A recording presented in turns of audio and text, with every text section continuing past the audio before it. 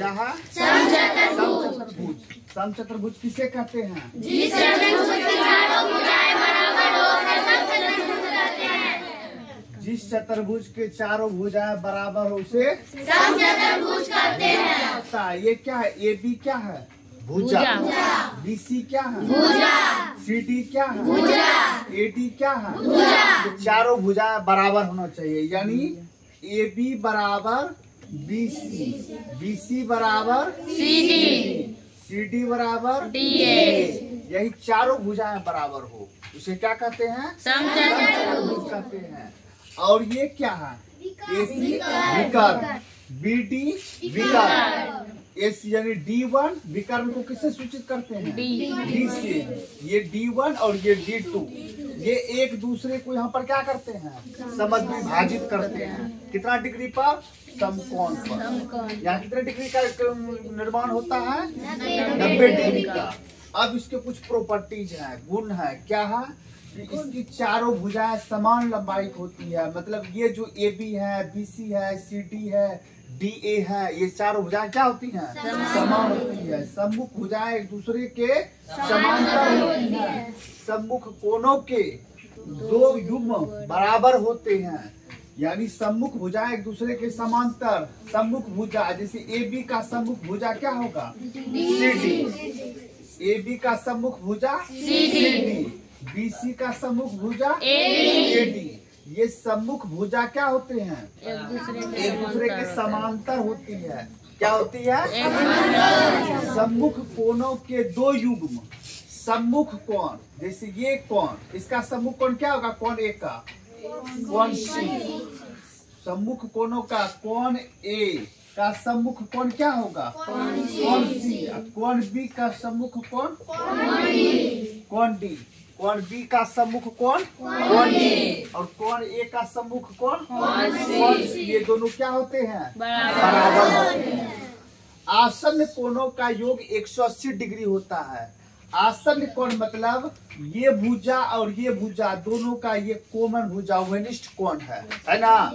यानी इन दोनों कोणों का योग ये कितना डिग्री होगा? 180 डिग्री होगा। सभी आंतरिक कोणों का योग 360। कहने का अर्थ कोण ए जोड़ कोण बी जोड़ कोण सी जोड़ कोण डी बराबर कितना? 360 डिग्री। कितना होगा? 360 डिग्री। चारों भुजाओं चारों कोणों का योग कितना होगा? सभी आंतरिक कोणों का योग 360 डिग्री होता है। विकर्ण एक दूसरे को कहाँ पर समद्विभाजित करता है? समकोण बोले तो कितना डिग्री? 90 डिग्री। यहाँ पर कितना डिग्री का निर्माण होगा? 90 डिग्री। विकर्ण समचतुर्भुज को दो सर्वांग समत्रिभुजों में विभाजित करता है। ये विकर्ण जो है, जैसे ये विकर्ण यहाँ से यहाँ तक खींचिए, ये जो विकर्ण खींचे और ये क्या बना? एक त्रिभुज बना। इधर जो त्रिभुज जितना हुआ उतने त्रिभुज उतने बराबर का इधर भी त्रिभुज होगा। इसी तरह से ये विकर्ण से एक त्रिभुज इधर हुआ और दूसरा त्रिभुज इस साइड में हुआ। ए बी डी एक त्रिभुज, दूसरा हुआ बी सी डी। यानी विकर्ण समचतुर्भुज को क्या करता है? दो सर्वांग समत्रिभुजों में विभाजित करता है। अब थोड़ा इसका सूत्र को देख लें। समचतुर्भुज का परिमाप। किसका परिमाप? समचतुर्भुज का परिमाप। बार बार समचतुर्भुज नहीं लिखे, चूंकि हम समचतुर्भुज को ही पढ़ रहे हैं तो उसी का सूत्र होगा। इसीलिए समचतुर्भुज का परिमाप बराबर क्या होता है? 4 गुना भुजा। या मान लेता है यदि भुजा न दिया हो और हमको परिमाप निकालना हो तो दिया क्या हो? यदि पहला विकर्ण और दूसरा विकर्ण दिया है तब तो हमको भुजा मालूम नहीं है, तो हम इस फॉर्मूला का यूज करके निकालेंगे। क्या है? 2 into root under D1 square जोड़ 2 into root under D1 square जोड़ D2 स्क्वायर। समचतुर्भुज का क्षेत्रफल बराबर 1/2 गुना पहला विकर्ण गुना दूसरा विकर्ण, यानी D1 गुना D2। यहाँ पर हम ये भी लिख सकते हैं 1/2 गुना विकर्णों का गुणनफल। क्या लिख सकते हैं? D1 D2 क्या है? भुजा बराबर समचतुर्भुज का भुजा बराबर क्या होता है?